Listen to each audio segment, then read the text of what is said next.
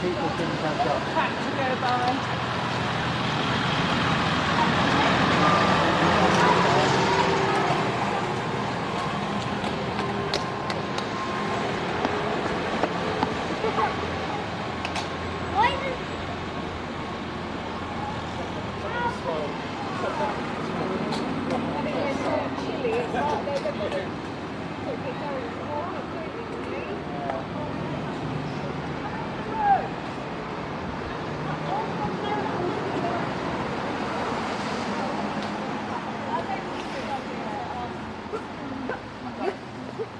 Thank you for stopping.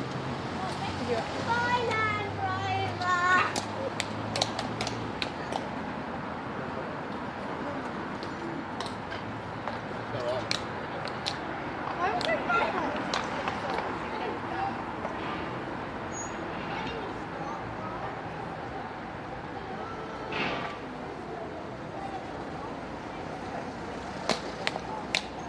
It's 1 o'clock.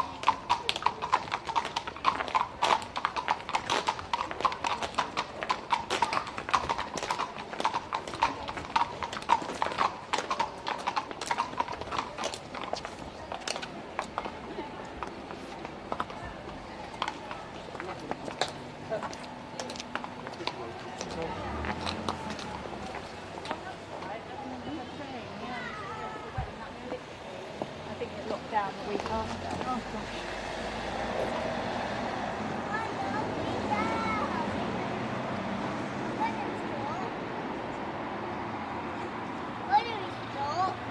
Just waiting for people to catch up.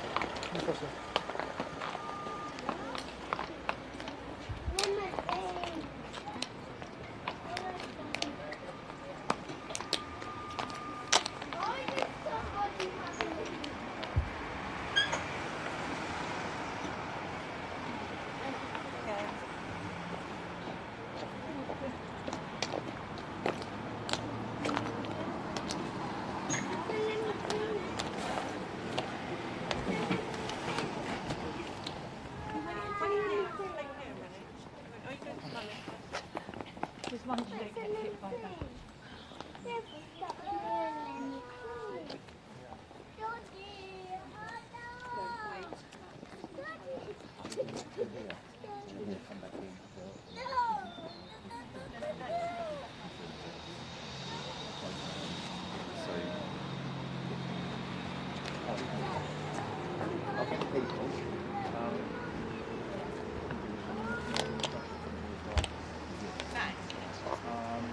Graham?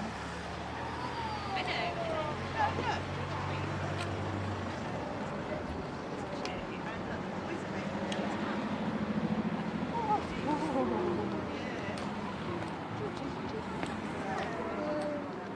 do.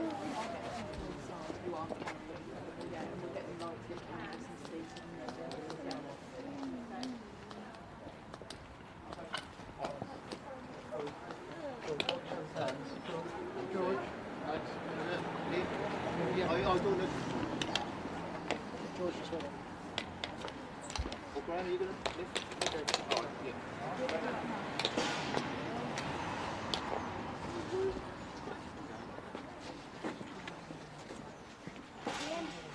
Let me see.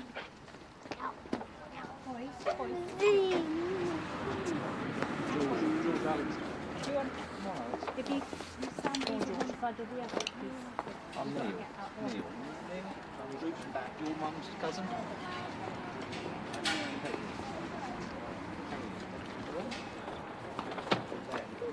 Alex, do you want to just come stand with me, sweetheart? You've got to get out there. Graham, Yeah. Graham, you come this end? Me and you can go the other end. Get out the way. I'm cold, Graham.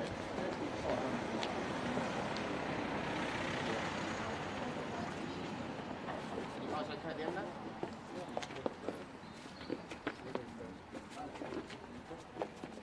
Just watch the handles. Okay, just want to get to the end there. Okay, so we're going this way. Okay. I'm in reverse, don't worry.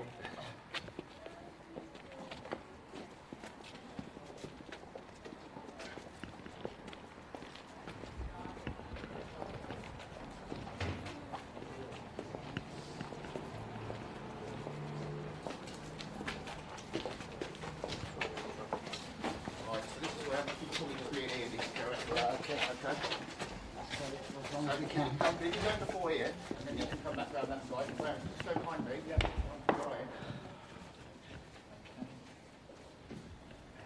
This handle could be an issue.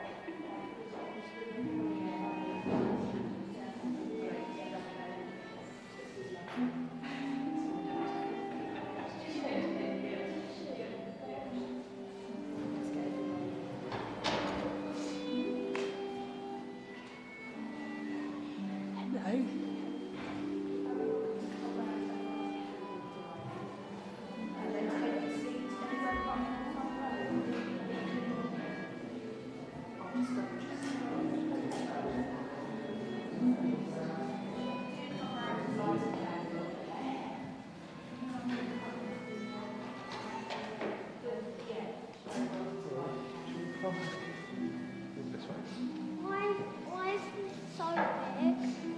It used to be a school, did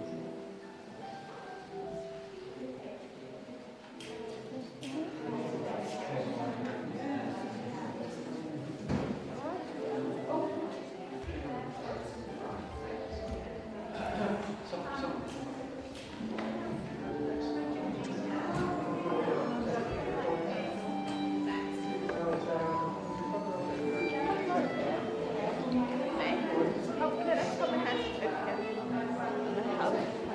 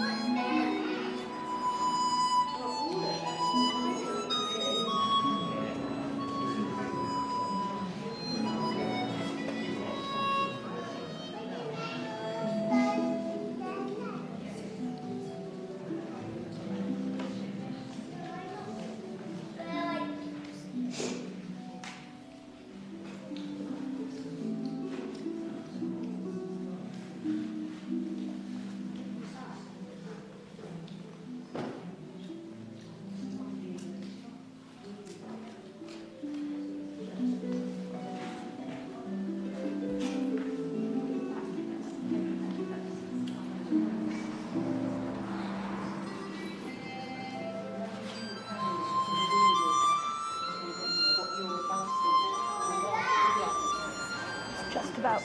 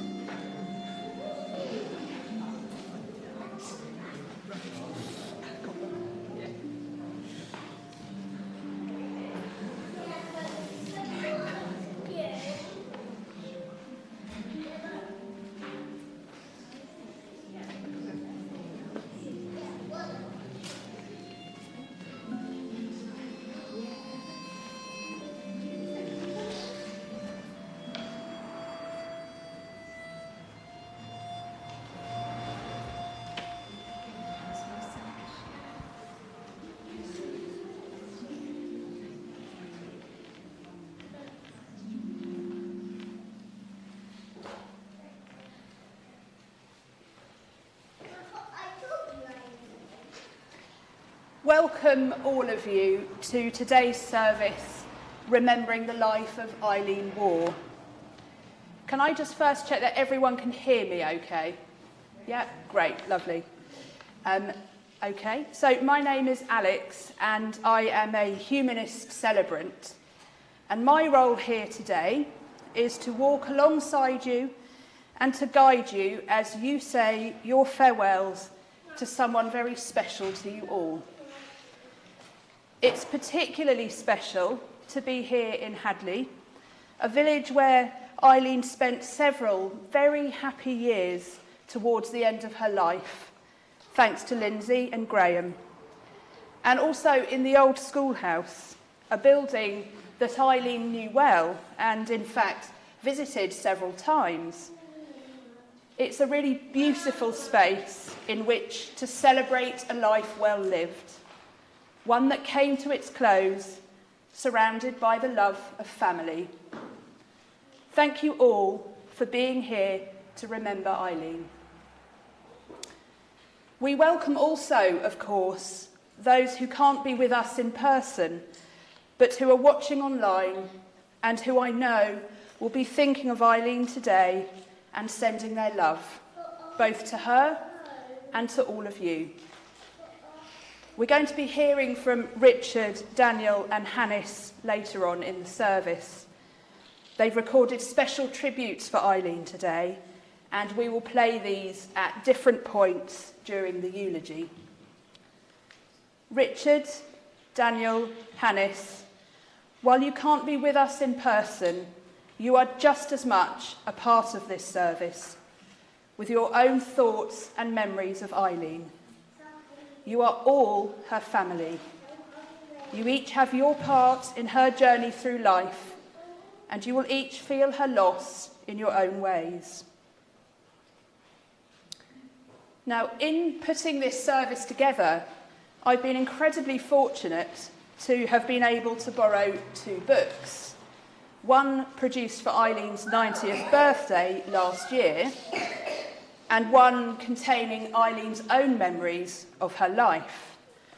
And they are an absolute treasure trove of information, telling me about where Eileen came from, the kind of person that she was, and the values by which she lived her life.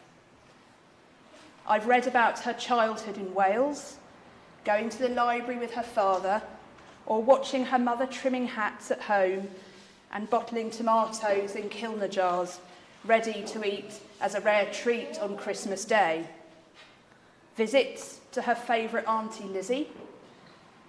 Waking up on a Sunday morning to find a Woolworths chocolate bar on her bedside table, in the days, of course, before sweet rationing. Hiding in the outside loo whenever she felt upset or angry.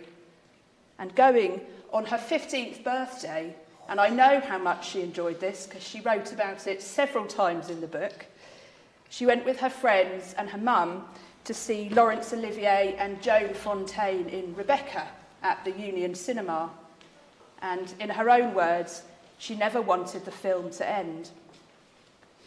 Playing truant on Wednesday afternoons to go and watch Luton FC matches. Should have told the children to cover their ears. Don't give you any ideas. And underneath that entry in her book, Eileen wrote rather proudly that she'd never got caught out because she had a foolproof alibi. She also wrote about wartime sightseeing trips to London with her mother and her sister Barbara. They would catch the first train of the day, the workman's train, apparently. The fares cost 2 shillings and 6pence, and the first order of the day would be breakfast at Lyon's Corner House near St Pancras. One particular memory that stuck with Eileen was a visit to St Paul's Cathedral. She and Barbara wanted to climb up into the Whispering Gallery, but their mother was much less keen. A deacon overheard their conversation and offered to take the two sisters, and up they went, and they walked right round the outside of that famous dome, marvelling at the view right across London and the sight of all the barrage balloons filling the sky. I love this image that Eileen's words conjured up of the two sisters looking out together over the city. We were hoping that Barbara would be able to join us today, but very sadly, Lindsay received news in the last few days from Barbara's family that she had passed away very suddenly, following soon after her sister. So we think of them and of Barbara today as well. There are other things that I've learned about Eileen in the last 2 weeks from these books. Her strong values, the kindness and the care that she showed to those around her. I think it's very telling that in her book, when Eileen was asked about the people she admired and who they were, she wrote, and I quote, "People who devote their lives trying to help people less fortunate than themselves." And I think that says an awful lot about who she was. I've learned about her love of family as well. Her long and happy marriage to Billy, her pride in both her children and the people that they grew up to be, and of course her love of her grandchildren and her great-grandchildren. She would be so happy to see you here today. She really would, and to see all the contributions that each of you has made, from singing and speaking to decorating her coffin so beautifully. Family to Eileen was everything, and she loved you all without question. So, before we hear more from the people closest to Eileen, the musicians are going to come, and I invite you all to stand and to join in the singing of Morning is Broken.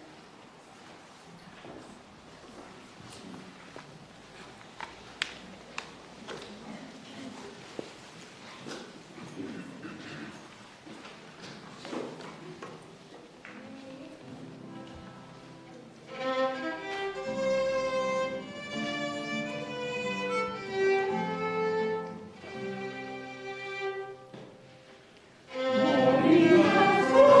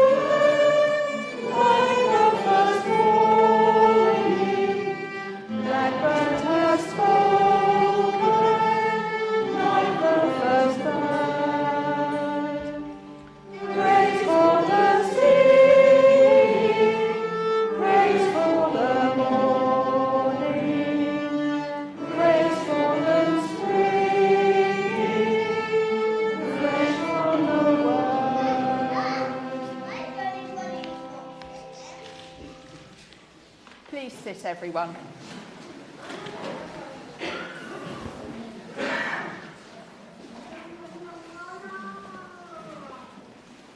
Thank you both. When I was reading Eileen's book of memories, one of the questions she also answered was, "How did you feel when you first held me?" Her reply, "I cannot put it into words." Eileen's children were very precious to her, and we're going to hear now from them and their families. First from Lindsay. Lindsay, would you join me? Okay. Well, hello everyone, and welcome. And my brother and I, on behalf of our family, thank you so much for joining us here today to say goodbye to Eileen, the person we're proud to call our mum. She asked, because she wrote the plan of her funeral, that her children would give her eulogy. It's acutely sad for Richard that he's been unable to visit Mum since the first lockdown, and he's still unable to travel here for today's funeral. And this has also deeply affected Cecilia, his wife, and Hannes, Richard's daughter, and Daniel, my son, and his wife, Sho, who live in Taiwan. And so Richard sent a recording of the eulogy that he wanted to share with you, and we'll play that to you now.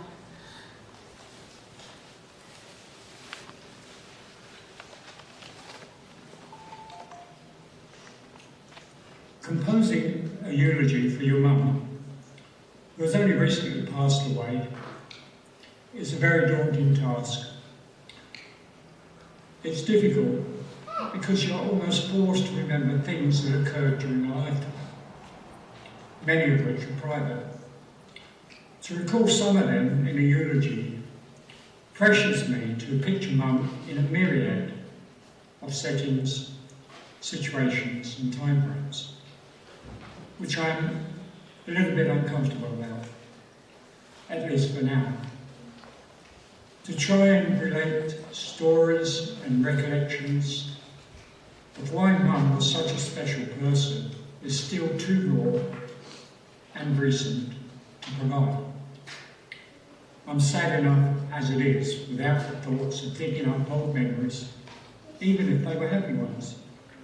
I'll do this over time, in my time, and I hope you understand. Which is why I want to deviate from the classical design of a eulogy and not relate any particular moments or memories specific to Mum. They are private to me and her, and I have no intention of selling short, embellishing, or wrongly interpreting our interactions. Nor do I wish to delve into things that happened decades ago, just so people can imagine what a wonderful person Mum was. Similarly, I do not want to cherry-pick memories to illustrate what a thoroughly decent person Mum was. This is because Mum was always thoroughly decent. And when I use the word decent, I mean salt of the earth decent. My sister Lindsay and I were fortunate to have parents that were both decent human beings. We enjoyed a very happy upbringing, and Christmas was always the highlight of the year. Lindsay will perhaps smile as I play the opening lines of this song, which in many ways was a defining moment during a past Christmas. Must be more than 60 years ago now.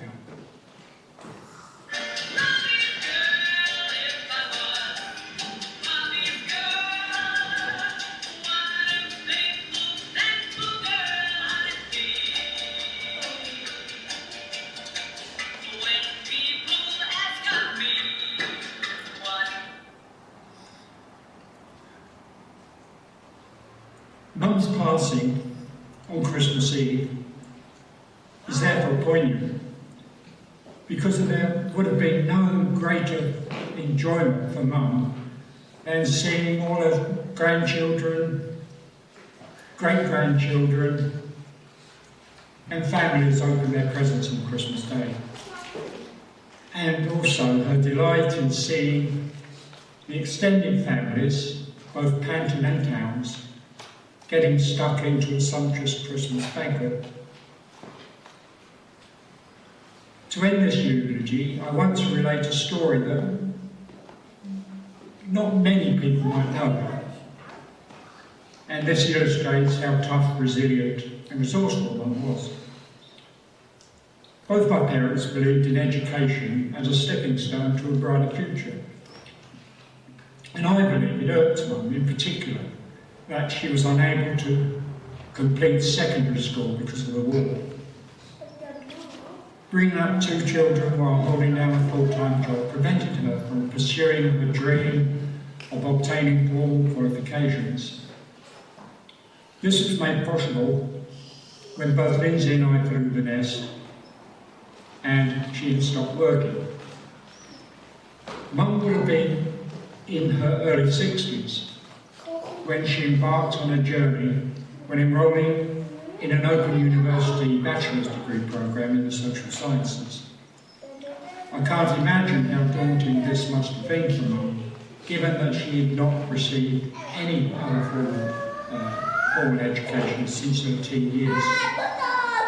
However, Mum was well-read, motivated, and always hard-working. So it wasn't a surprise to me when she finally graduated at the age of 65. Well done, Mum. I was so proud of you. The cornerstone of Mum's life were her husband, children, grandchildren and great-grandchildren, and family always came first. I love you, Mum. Rest in peace.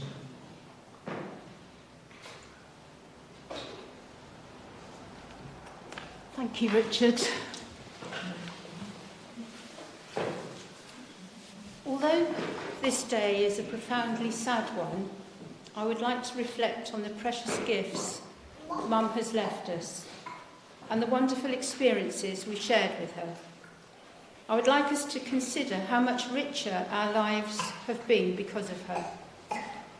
Mum possessed a quiet strength and determination. She always valued her independence, and so when she came to live with Graham and me in the Folly, she was very careful not to intrude, although her company was always welcome, and we miss her deeply. Despite suffering a great deal of pain, she very rarely complained. But she did have a good grumble about the local co-op. She often returned from the daily shop to recount to me a list of things she felt they could improve upon. Mum was reliable, she was honest, totally trustworthy and dependable. She had so many positive qualities. It has been a tremendous help to me that typically she planned this funeral many years ago, although it has become a little embellished by me, as she knew it would.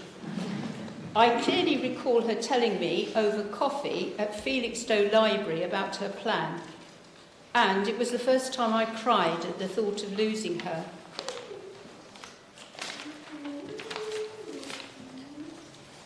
She told me not to worry. She had no intention of dying for some time, and of course she was correct in that prediction. She celebrated her 90th birthday last February during lockdown, and she found it hard to believe that she'd reached such an age. It wasn't the celebration I would have planned for her, but then again it probably suited her well, as she did not like a fuss. Her 90th coronet she kept by her bedside, and I'm sure, though, the greatest pleasure she had was from the book that was put together with the generous help of family and friends, and it will be a fitting and lasting memorial to her. Throughout my life, my mother has been my most loyal and constant supporter. Thank you, Mum. She has been my confidant and best friend. We have shared many happy times together. A weekend in York, another time a performance of Turandot at the Royal Opera House easily come to mind. I do appreciate how fortunate I've been to have had such a close relationship, as this isn't always true for everyone. In dark times, she has given me the strength and courage to go on. And this was particularly needed when I was diagnosed with bipolar disorder. Mum readily embraced her new family when Graham and I were married. It was a glorious, happy weekend of celebration, which Mum fully entered into, dressed in Great Gatsby mode. She, along with all our wedding guests, travelled in the vintage coach that Graham had hired for the occasion. And she was thrilled when the coach was mistaken for the first vehicle of the Trimley Carnival procession. The streets were lined with people waving. They were all waving at us. And they thought the procession had begun. So we all waved back from the coach, Mum included, of course. Mum was delighted that her family had extended to Graham's 3 sons, Chris, Ian and Josh, and their partners, Veronica, Ruth and Jen. She absolutely adored all her great-grandchildren, Cleo, Ellen, Alex, Holly, who's in Taiwan, George, Belle, who's also in Taiwan, Georgiana, who looks as if she's dropped off to sleep, and Max, who's quite chatty. Caring was at the very core of Mum's being. Throughout her long and eventful life, she always cared for others, and this included all living things, especially her pets. When you go to the refreshments afterwards at the Ansell Centre, you'll see many photographs, and there's always a little dog tucked under Mum's arm. That was Jenny, the poodle. And now I'd like to hand over to Daniel, who also wanted to tell you about his grandma. Grandma was a woman, and I could talk about many memories and stories that would illustrate this. But the one that I have chosen shows her most important characteristic in my eyes. When I was 8 years old, I had a serious case of pneumonia and was off school for nearly 3 months. At the same time, our beloved cat Sydney was also recovering from a traffic accident. Who stepped in to look after these poor convalescents? My grandma, of course. Every day she brought me hot chicken soup on a tray. And Sydney, of course, got his favourite, delicious fresh fish. Thanks to Grandma's care and nourishment, both Sydney and I slowly returned to full health. My grandma was always caring and considerate, but above all, she was the most selfless person that I have known, always willing to put others' needs and wants ahead of her own. I love my grandma for many reasons, but most importantly, I will never forget the care and love that she selflessly gave me over the years. Rest in peace, Grandma. Thank you, Daniel. Over the years, Mum was a volunteer for all sorts of causes, including she worked for the Citizens Advice Bureau, she collected for the National Census, she visited elderly people, she delivered Meals on Wheels, she listened to school children read, and she collected for various charities, including rheumatoid arthritis. But the constant charity throughout her life was supporting guide dogs for the blind. And this was because she'd witnessed at first hand what a difference a guide dog made to the life of a friend of hers. Mum grew up in Luton, but her parents, Maud and Thomas, yes, I mean Thomas, were Welsh, having moved from Mardy in the Rhondda Valley during the Depression to seek work. Her father was a coal miner, a job he strongly disliked according to Mum, and the family were attracted to Luton because of the football team and because there was work there. Football was to become a major player in our family's lives. Mum was amused when we called her a wag, although it was not an expression known when she met my dad. Both Eileen's grandsons, Ben and Daniel, are keen football supporters, being loyal Norwich fans, which maybe I should be careful revealing since we are in tractor boy country. Hannes, mum's youngest granddaughter, Hannes, mum's youngest granddaughter, has chosen to read an extract from the book that mum wrote, recounting the first time she met her future husband.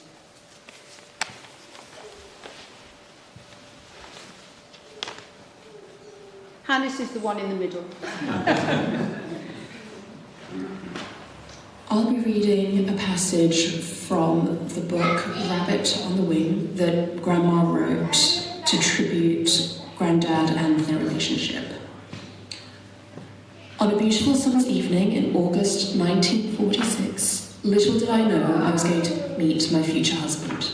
My best friend Pat and I, having met with some friends for the evening, discovered it was time to return home. Catching a double-decker bus going into town, we decided to sit behind two young, handsome men. After a while, one of them turned around and in a broad North Country accent began talking to us. We soon realised these young men were Luton Town footballers. My friend and I had been keen Luton Town football fans for ages. The North Country player was Bob Hacking, his first season with Luton, but his friend, who refused to engage in conversation, we thought was Billy Waugh, an established first-team player and a favourite of mine, as well as with Luton Town supporters. He told us he was not Billy Waugh, but his twin brother. However, it soon became apparent he really was Billy Waugh.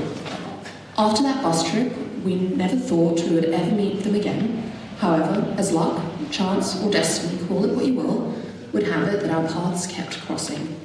Eventually, my friendship with Billy Waugh turned into more than an ardent football fan, and with my parents' blessing, we were married on March 26, 1949, at Christchurch, Luton. Our long and happy marriage lasted exactly 60 years to the day, my husband dying on March 26, 2009. Whoever would have thought that a chance encounter all those years ago could have led to such happiness and the creation of this book. Who's that? Who's that?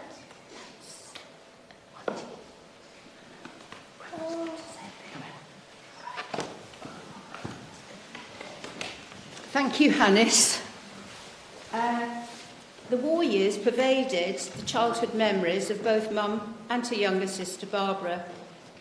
They were evacuated to their grandmother in Wales along with their cousins Selwyn and Glenys. Mum vividly recalls experiencing constant hunger due to the rationing and deep homesickness, urging her to constantly ask to return home in her weekly letter to her parents. Schooling was at the girls' grammar school, Mum leaving at the age of 16 to go to secretarial college. From her memoirs, I discovered that Mum described her greatest achievement was coming top at this college. In his eulogy, Richard refers to Mum's degree studies, which we both agree merit as an achievement to be proud of. Mum only worked as a secretary for 9 months before she married the love of her life, my father, Billy Waugh, a handsome professional footballer. She was only 19 at the time and he was 29. They moved to London when he played for QPR and then to Bournemouth before they returned to Luton, where my dad finished his professional football career, and they lived there for 55 years. They had 2 children, me and my younger brother Richard, and my father remained in sport throughout his life, becoming social secretary for the Electrolux, and in his spare time a manager for a local football club at Langford, where he made many good friends. When Dad's health started to fail, my parents moved to be near me, as by then Richard was living in Perth. They hadn't lived here long before Dad had a stroke, followed by a diagnosis of esophageal cancer. Mum nursed him entirely by herself throughout both illnesses. He died at the age of 87 on their diamond wedding anniversary, a bittersweet day, having received a card of congratulations from the Queen. It was poignant that Mum died on Christmas Eve, which was the day that she became engaged to her beloved husband. They were blessed with a very happy marriage. My brother has acknowledged how fortunate we were to be brought up secure in their love and care for us. Mum worked as a secretary when my brother and I were old enough for school. This was unusual in those days. Mothers were meant to stay at home and look after their children, not go out to work. She worked at the Luton and Dunstable Hospital as a medical secretary, and eventually she became head of medical records. Music was Mum's passion. It is a strong thread woven throughout her life. Her taste was all-embracing, but she particularly enjoyed classical music and opera. Whilst living in Felixstowe, Mum was secretary to the Recorded Music Society, a role she delivered conscientiously. And I was so delighted I was able to get tickets for the 2017 Cardiff Singer of the World, which had always been a lifelong ambition of hers. We spent a wonderful week together. Mum made friends easily. She was a good listener and she was genuinely interested in people. She was a good storyteller, both spoken and written, and she kept us entertained with her vivid reminiscences. I know she was very happy living in Hadley, and she was grateful for the friendship she experienced from many, including her neighbours in Benton Street, all those she met at the lunch club and the Memory Cafe. She mentioned her thanks in particular to Sue and Jan, Phil, who sadly died 2 days before Mum, and Jean. She was exceedingly grateful to all the carers who looked after her, especially Tony and latterly Judy, who has been so kind to both Mum and me. Once retired, my parents enjoyed many holidays and trips away. They enjoyed walking with friends in the Lake District. They were lucky to travel to many places across the world to visit my brother and his family in Brunei, Australia, Hong Kong, Singapore, and the United Arab Emirates. Later in life, Mum loved cruises, and she took the opportunity soon after Dad died to travel solo on a cruise of the Norwegian fields, something she'd always wanted to do. Mum treasured her grandchildren, Ben, Daniel, who's in Taiwan, Eleanor, and Hannes, who's in Sydney, and thought the world of them. She was very proud of them, and she loved them dearly. Each of them will have their own memories.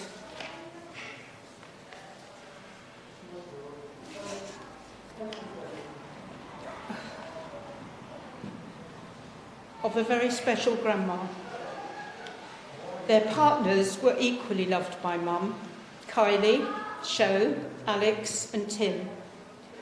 I must give a very special mention on Mum's behalf to her great-granddaughter Cleo, aged 8, and Eleanor, her granddaughter, for agreeing to sing, and to Brian and John for kindly offering to accompany them.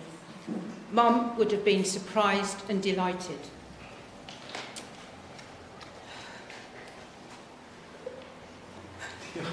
That's all I needed.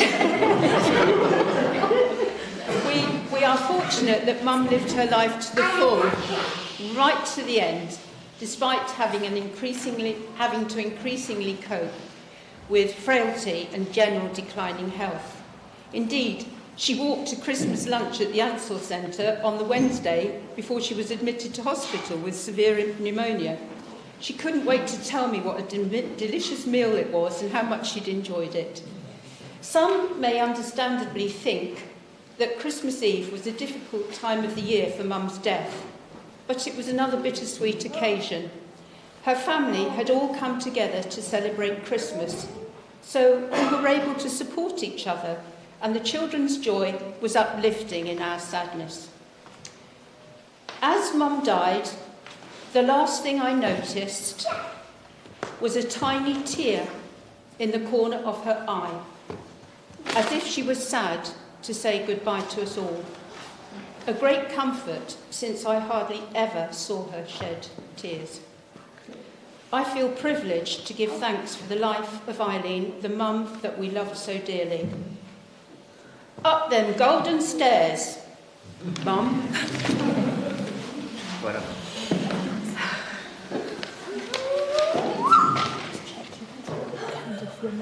That's a good one.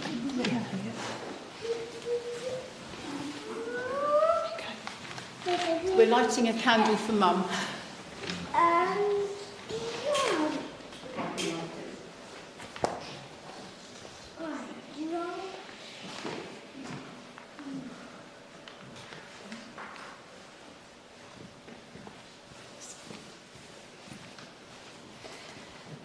Thank you all for sharing those wonderful memories. That was quite the eulogy. No, really, really lovely. Truly a celebration, I think, of a life well lived. And I would now like to invite John Allison, a family friend, to come and give his tribute to Eileen. Thank you very much. But first, let me say what a wonderful tribute we've heard, and how you did that, I do not know, Lindsay. But that was a magnificent portrait of your mum, and I love the way you bring the family in, and even those who are not able to be here, you managed to get them organised to say their bits. Wonderful, wonderful. This is just a brief word from me, but Jane and I simply want to add our tribute to Eileen, and our sympathy, of course, to Eileen's family, especially on this occasion. I think Jane and I both feel very privileged to have known Eileen and saddened, greatly saddened at her loss. And yet we haven't come here to grieve. Her character, her life, her love, the life that she has lived, has just given us that sense that we wish to come here to celebrate. And I think we've heard quite a bit about that life already. And I suppose Jane and I only regret that we've come in on the scene rather towards the end of that long story. Our friendship with Graham goes back to university days. And so when he announced that he was going to get married again, we were delighted to get to know Lindsay, and very soon were introduced to her mother. And it was clear straight away that Lindsay had a very strong bond with her mum, and was concerned that her new marriage should not disadvantage Eileen in any way. Moving to Hadley, however, inevitably had consequences for Eileen too. A move both in location and lifestyle beckoned. And yet Eileen accepted that move and the changes that it meant without demur. Indeed, she welcomed the new relationship which she'd built up and all the people she met in Hadley. And she did it with a kind of adventurous joy, which enabled her to settle into what is now known as the Folly, connected to the house that Lindsay and Graham have had built. I remember she made light of aches and pains, though I'm aware they were not insubstantial. And she was genuinely grateful for the way that Lindsay and Graham had made provision for her. She showed a steadfast love throughout her life, as we've learned. And that love extended into every situation. And from what we've gleaned and from what we've heard, we realise that some of those situations were quite difficult. But everyone knew that Eileen was holding things together with all her heart. What we know and believe is that love never dies. And even now, I know her love will resonate with you all in your own lives. we sometimes say in the church, we wish her travelling mercies now.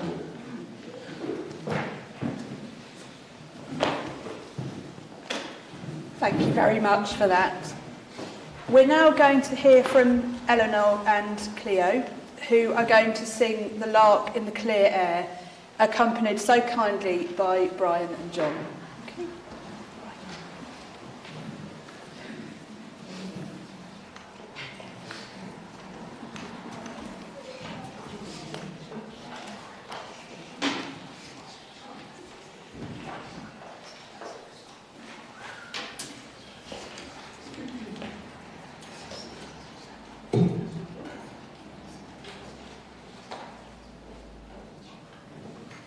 So you have to bear with us. I've been like crying through that. So your voice might be a bit shaky.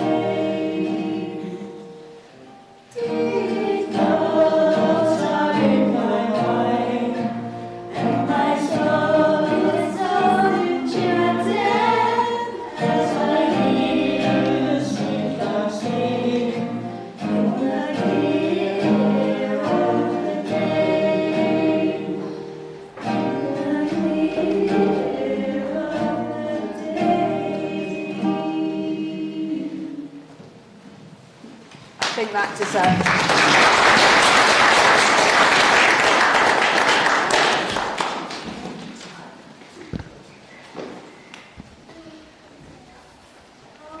Well done, both of you. Our last family contribution will be from Ben, who is going to come and read the Desiderata. I think it's a verse that Eileen herself loved, and the words of which I think she had displayed at home. Yeah, definitely words to live by. Ben. Thanks. And for those of you who didn't know, this was also read by me at Grandad's funeral, so quite nice to come full circle to that as well. Go classically amid the noise and the haste, and remember what peace there may be in silence. As far as possible, without surrender, be on good terms with all persons. Speak your truth quietly and clearly, and listen to others, even to the dull and the ignorant. They too have their story. Avoid loud and aggressive persons. They are vexatious to the spirit. If you compare yourself with others, you may become vain or bitter, for always there will be greater and lesser persons than yourself. Enjoy your achievements as well as your plans. Keep interested in your own career. However humble, it is a real possession in the changing fortunes of time. Exercise caution in your business affairs, for the world is full of trickery. But let this not blind you to what virtue there is. Many persons strive for high ideals, and everywhere life is full of heroism. Be yourself, especially do not feign affection. Neither be cynical about love, for in the face of all aridity and disenchantment, it is as perennial as the grass. Take kindly the counsel of the years, gracefully surrendering the things of youth. Nurture strength of spirit to shield you in sudden misfortune, but do not distress yourself with dark imaginings. Many fears are born of fatigue and loneliness. Beyond a wholesome discipline, be gentle with yourself. You are a child of the universe, no less than the trees and the stars. You have a right to be here. And whether or not it is clear to you, no doubt the universe is unfolding as it should. Therefore, be at peace with God, whatever you conceive him to be. And whatever your labours and aspirations in the noisy confusion of life, keep peace in your soul. With all its sham, dudgery and broken dreams, it is still a beautiful world. Be cheerful, strive to be happy.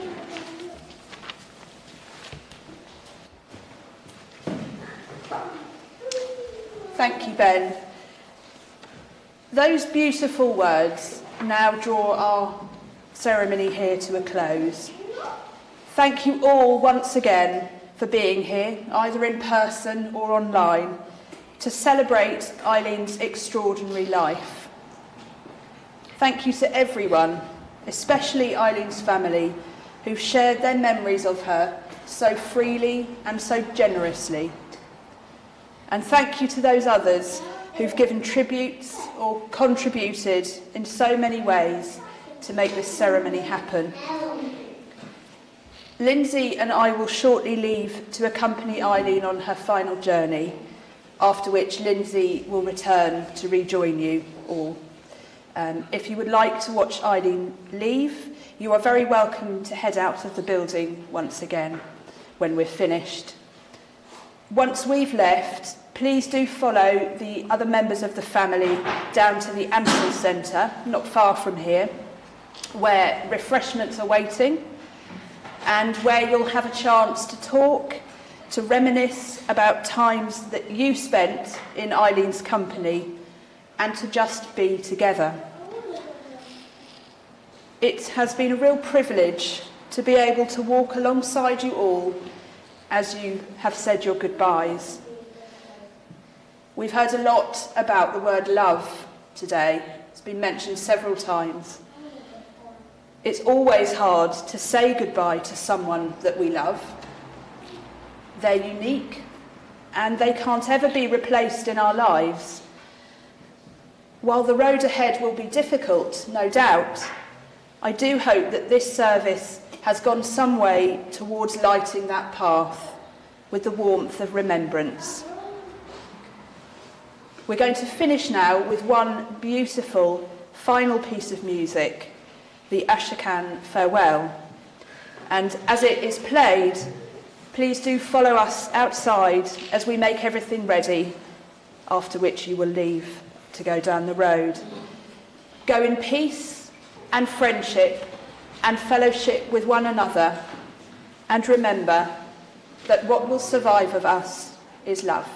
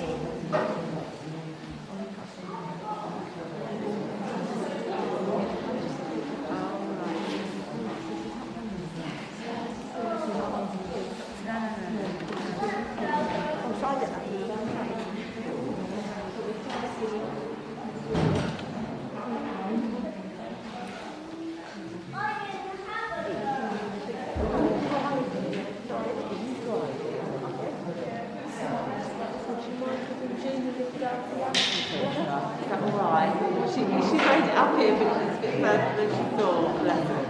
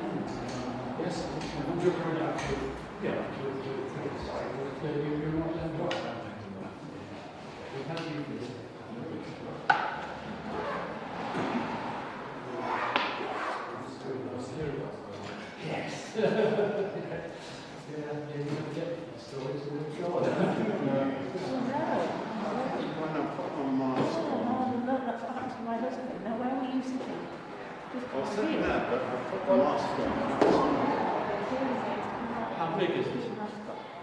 Tiny. Where are we looking? I would guess that I lost it when I put my mask